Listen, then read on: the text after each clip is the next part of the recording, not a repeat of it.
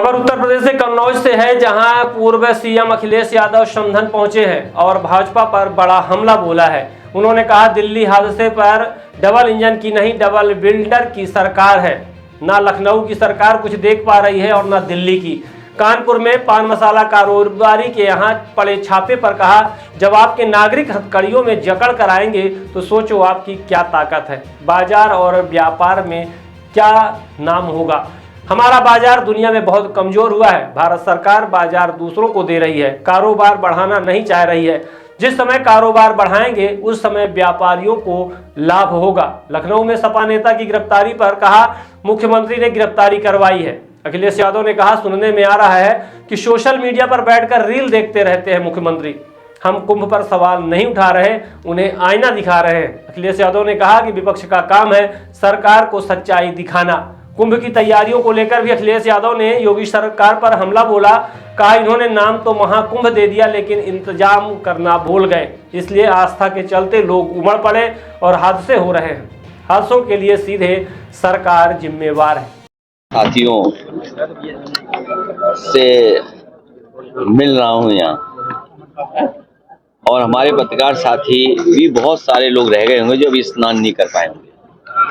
इनकी भी, हमारे पत्रकार साथियों की इच्छा है कि स्नान कराएं, लेकिन जब वो तस्वीरें देखते हैं, वीडियो देखते हैं और जो आजकल जानकारी वहां से मिल रही है, जो आ रहे हैं श्रद्धालु लोग, तो बड़े पैमाने पे व्यवस्थाएं खराब है वहां पर। दुख इस बात का है कि मुख्यमंत्री जी ने ये कहा कि हम 100 करोड़ लोगों का इंतजाम कर रहे हैं, लेकिन कुछ ही करोड़ पहुंचे हैं लोग, सब व्यवस्था खराब हो गई, भगदड़ मची, लोगों की जान गई।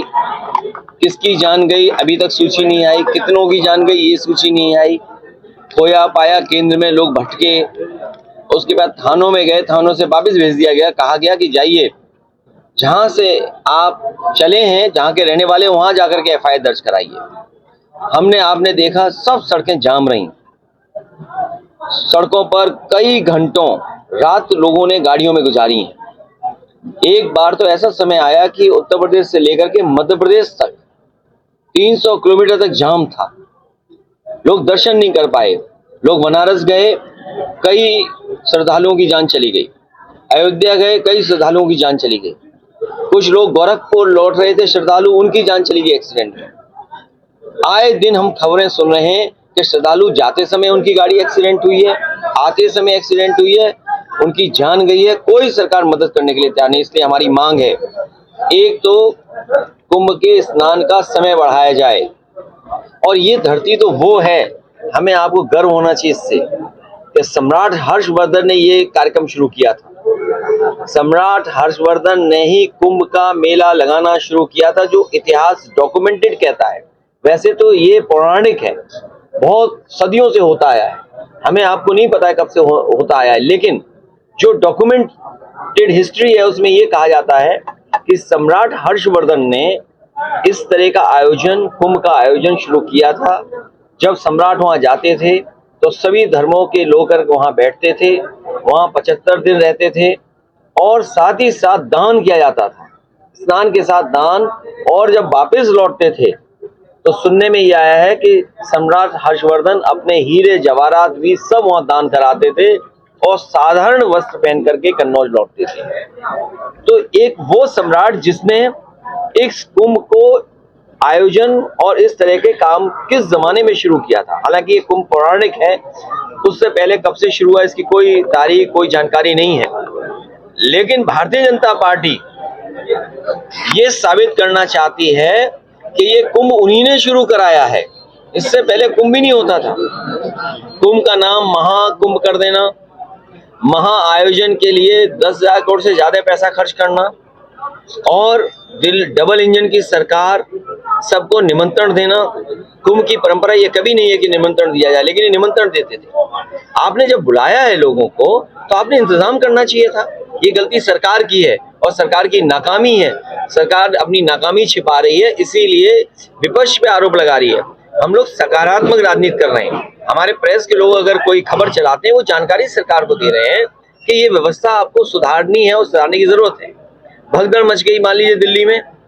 क्या कहते थे कि हम दुनिया में 5वीं अर्थव्यवस्था है, दुनिया में हम विश्व गुरु बनने जा रहे हैं, हमारी $1 ट्रिलियन इकोनॉमी बन जाएगी।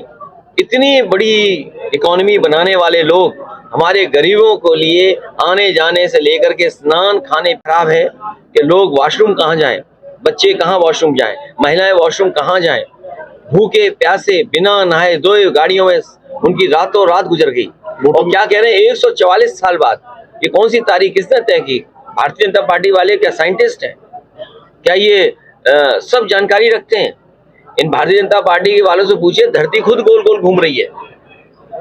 वहाँ पर काफी महंगाई भी है, वोटों में काफी। और जो लोग कहते हैं, देखिए ये इस तरह के धार्मिक आयोजन मुनाफा के लिए नहीं होते हैं।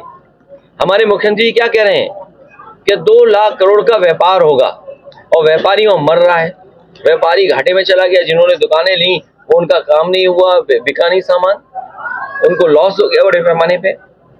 तो कुंभ इन्होंने अपने आप को चमकाने के लिए किया। भारतीय जनता पार्टी कोई भी कार्यक्रम हो, चाहे धार्मिक हो, सांस्कृतिक हो, चाहे खेल का हो, ये हर एक में राजनीति कर देते हैं, ये राजनीतिकरण करते हैं ये लोग। ये धार्मिक कार्यक्रम है, ये सबका कार्यक्रम है।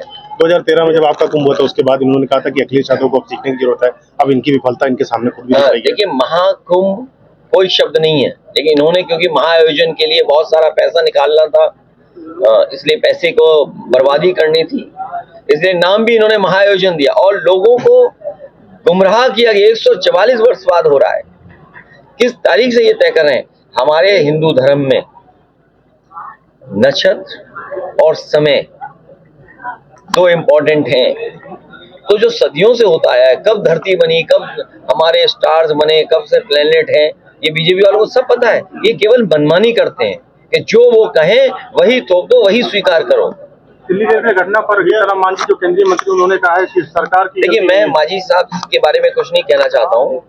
ये सरकार भारत सरकार की है और केवल ट्रेन का एक्सीडेंट तो है ही जहाँ जाने गई है लोगों की।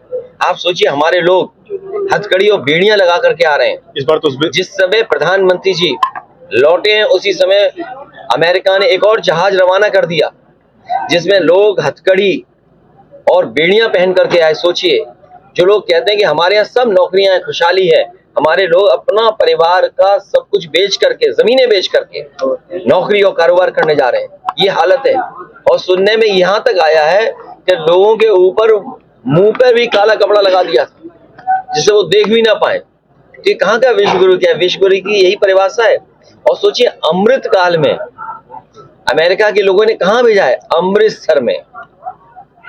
अमृत काल में अमेरिका वाले लोगों ने अमृतसर भेज रहे हैं, वो इसीलिए कि उन्हें अमृत काल और अमृतसर में कुछ तालमेल नजर आता है। कुछ सिखों की पगी भी बोलने की बात सामने आई है वहां से। ये बड़ा दुर्भाग्य है। हमारा देश इतना कमजोर नहीं है, हमारा देश इतना कमजोर नहीं है जो बना दिया है भारतीय जनता पार्टी ने। ये हर चीज के लिए झुक जा रहे हैं। रेलवे के अधिकारियों का कहना है अब भाजपा वालों के भी सगे नहीं है। कानपुर में सब गुटके वालों के यहाँ बताओ छापा पड़ा। क्यों छापा पड़ा? इसलिए कि यहाँ का इत्र का कारोबार बर्बाद कर दें। ये गुटके वालों के यहाँ तो छापा मार ही रहे हैं, लेकिन कन्नौज का कारोबार बर्बाद हो जाए।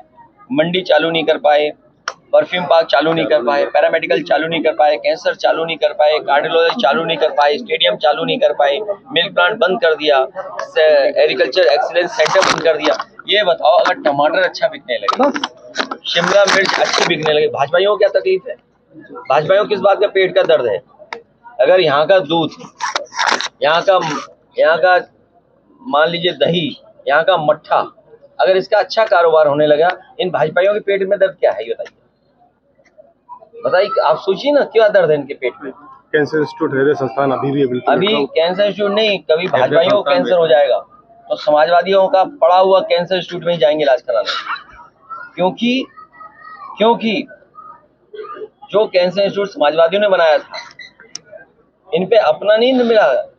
जो इस प्रदेश के मुख्यमंत्री रहे, समाजवादियों के बने हुए कैंसर इंस्टीट्यूट पे नाम रख लिया अपना, और कोई दवाई गरीब के लिए नहीं है। आप बताइए, मेडिकल कॉलेज बनाया, हम कब जाएंगे इलाज कराने, या आप कब जाओगे? ये तो आम जनता के लिए था। इन भाजपाइयों ने आम जनता के अस्पतालों को क्यों बर्बाद कर दिया? इसका क्या जवाब है इनके पास? ये जवाब है इनके पास। इसलिए 27 की चिंता मत करो, जनता इनकी 420 चलने नहीं देगी। मैं जनता को धन्यवाद दूंगा। अभी जो लोकसभा चुनाव हमारे जिताया, ये बहुत तैयारी में थे 420 करने की, लेकिन 420 नहीं कर पाए। इसका कहाँ कर पाए बताइए। इंडिया गठबंधन से मिलकर लड़ेंगे। इंडिया गठबंधन मजबूत होगा और हम लोग सब मिलकर मजबूत करेंगे। दिल्ली में आपने केजरीवाल के लिए वोट मांगे थे। ये इसलिए नहीं, इन्होंने बिजली नहीं बनाई। ये जनता अगर सुख हो जाए, नहीं ये सही कह रहा है ये कार्यकर्ता। दिल्ली में देखिए आप पैसा लेते 500 रुपए जोड़ते सरकार ये कर रहे हैं, बताइए आप। ये अभी लोग जो मैं आज कहता हूँ, अभी अधिकारी कोई है यहाँ, कोई अधिकारी तो बुलाना। अभी लोग अभी कह दे रहे आज के बाद फिसल गए थे क्या मजदूर? यहाँ जो लगा था, यहाँ भी मजदूर फिसल के होंगे, बांस से टकरा गए होंगे तो पूरा गिर गया सर। यही तो रेलवे का है। और क्या कहा था कि सफाइयों का है ठेका इसमें। मैं आज भी कहता हूँ आपसे बड़ी जिम्मेदारी के साथ, और मैं ये जानता हूँ पत्रकार साथी सब जानते हैं, इसमें भाजपाई लोग कुछ न कुछ अपना हिसाब किताब कर रहे थे। ये पहली बार हो रहा है कि आउटसोर्स के बाद आउटसोर्स, मतलब कमीशन के बाद कमीशन। तो बताइए काम कैसे होगा? तो ये भाजपाई लोग कर रहे थे, अब मुंह छिपाए घूम रहे होंगे। लिस्ट दे दें किस किसने काम किया। इन्होंने कहा कि सफाई इसमें शामिल है, हमने स्वीकार कर लिया। भाजपा के लोग सूची दे दें, जानकारी दे दें कि किन किन का ठेका था और ठेकेदारों ने किसको ठेका दिया था, किस दुकान से सामान आ रहा था। सब भाजपा के लोग शामिल थे, सब भाजपा के लोग भ्रष्टाचार कर रहे थे। ये 27 के लिए और ये वो लोग हैं जो गिनती नहीं बता पा रहे हैं। कहते हैं हमारे डिजिटल गुम था, डिजिट नहीं बता पा रहे कि कितने लोगों की जान चली गई। ये 27 के लिए भाजपा ने अपनी तैयारी ये कह रहे हैं कि इतने करोड़ आए, इतने करोड़ आए, लेकिन मरने वालों की गिनती नहीं गिन पा रहे हैं। ये 27 के लिए भाजपा ने अपनी तैयारी शुरू कर दिया, आप क्या कर रहे हैं? भाजपा की कोई तैयारी नहीं है। भाजपाई लोग जिस तरह महंगाई बढ़ाई है, जब इनसे महंगाई का सवाल करोगे तो ये मुंह छुपा लेंगे, जब इनसे बेरोजगारी की बात करोगे तो फिर मुंह छुपा लेंगे। बाबा से पूछा कि माँ गंगा साफ हो गई तो मुंह छिपा लेंगे। इन भाजपाइयों को ले जाइए, यहीं पर काली नदी जुड़ रही है, यहीं बगल में कन्नौज में ही गंगा साफ हो गई। इन्होंने पैसा साफ कर लिया, बजट साफ कर लिया। गंगा नहीं साफ हुई, बजट साफ कर लिया। ये जो सड़क है जिसपे आप हम चलते हैं एक्सप्रेस वे, इसमें भी लगे हुए हैं कि कैसे भी इसमें खराब कर दें इसको। और जो टोल टैक्स है, जानते हो कितनी कमाई हो रही है इसकी? अगर एक भी बीजेपी वाले अपना प्रोजेक्ट बताते हैं, एक भी बीजेपी वाले अपना प्रोजेक्ट बता दे इन जिलों में, जिन जिलों को ये जोड़ रहे हैं। वोट मांगने बाद में जाना, पहले ये बता देना लखनऊ से लेकर के आगरा तक एक्सप्रेसवे जो बना है, इसकी कमाई क्या है। आज सुनने में आ रहा है कि 2 करोड़ रुपए प्रतिदिन सरकार को मिल रहे हैं। इनका कोई ऐसा कारोबार हो जो सरकार को मुनाफा देता हो तो हमें एक बता दो, एक प्रोजेक्ट बता दो। हाँ, ये सरकार के प्रोजेक्ट में से पैसा निकाल लेंगे। दूध प्लांट बंद हो गया, दूध प्लांट बंद हो गया। मैंने लोकसभा में खड़े होकर के कहा कि सोचिए, देश के राष्ट्रपति रहे कलाम साहब ने फकीरपुरवा गांव में बिजली का प्लांट लगाया था। आप लोग भी कभी कभी खबर चलाते हो, तो बताइए वो गांव वाले वोट देंगे ना? जहाँ दूध आता था गांव वाले दूध देंगे।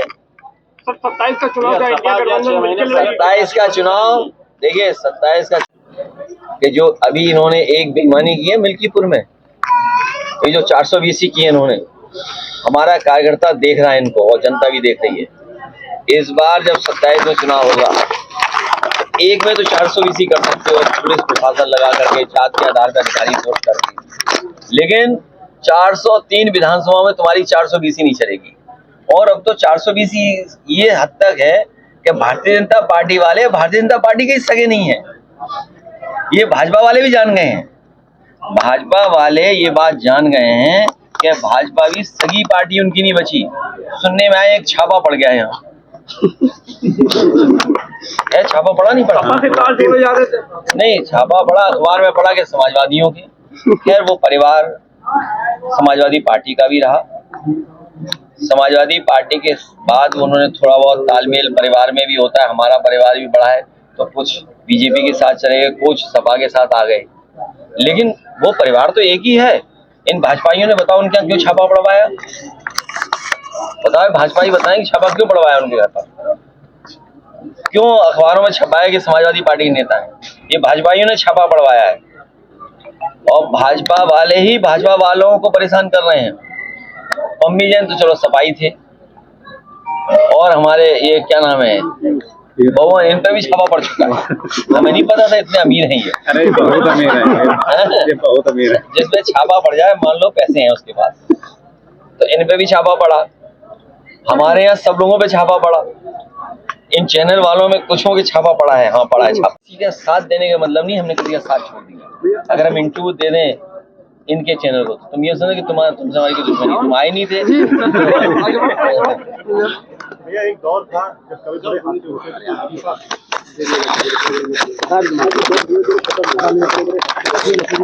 ये भाजपाइयों से पूछिए कि इस तरह की मानसिकता क्यों हो गई।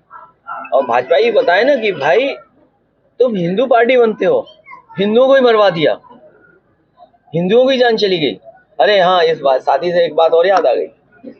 जब हम यहाँ गए थे मंदिर में, तो गंगा जल से मंदिर धोया था। अब सोचो हमने गंगा जल में ही डुबकी लगा दी, अब कैसे गंगा जल धोगे? भाजपाइयों से पूछो ना। ये भाजपा के लोगों ने, जब मैं मंदिर में गया और जब मंदिर से बाहर आया, तो उन्होंने गंगा जल से मंदिर धुलवाया। अब बताओ, हम तो गंगा जल में डुबकी मार के आ गए हैं, अब गंगा जल किस जल से धुलवाओगे? भैया क्या कन्नौज की जनता ने इसीलिए धो दिया इनको? नहीं, कन्नौज की जनता से हमारा विशेष लगाव। मैं एक बात भरोसा दिलाता हूँ, कन्नौज के किसान, कन्नौज के व्यापारी, कन्नौज की जनता का विकास से नाता हम लोग और मजबूत करेंगे। जब भी हमें मौका मिलेगा, समाजवादी पार्टी कन्नौज को ऊंचाइयों तक पहुंचाएगी। आज जो कुंभ हो रहा है, दुनिया देख रही जो कुंभ, ये सम्राट हर्षवर्धन की वजह से है। मैं आज कह के जा रहा हूँ यहाँ पर कि सम्राट हर्षवर्धन की और उनके सम्मान में एक बहुत बढ़िया प्रतिमा यहाँ लगा करके और पार्क बना करके लोगों को हमेशा प्रेरणा देता रहेगा। स्मार्ट बनो, सोलर स्मार्ट चुनो।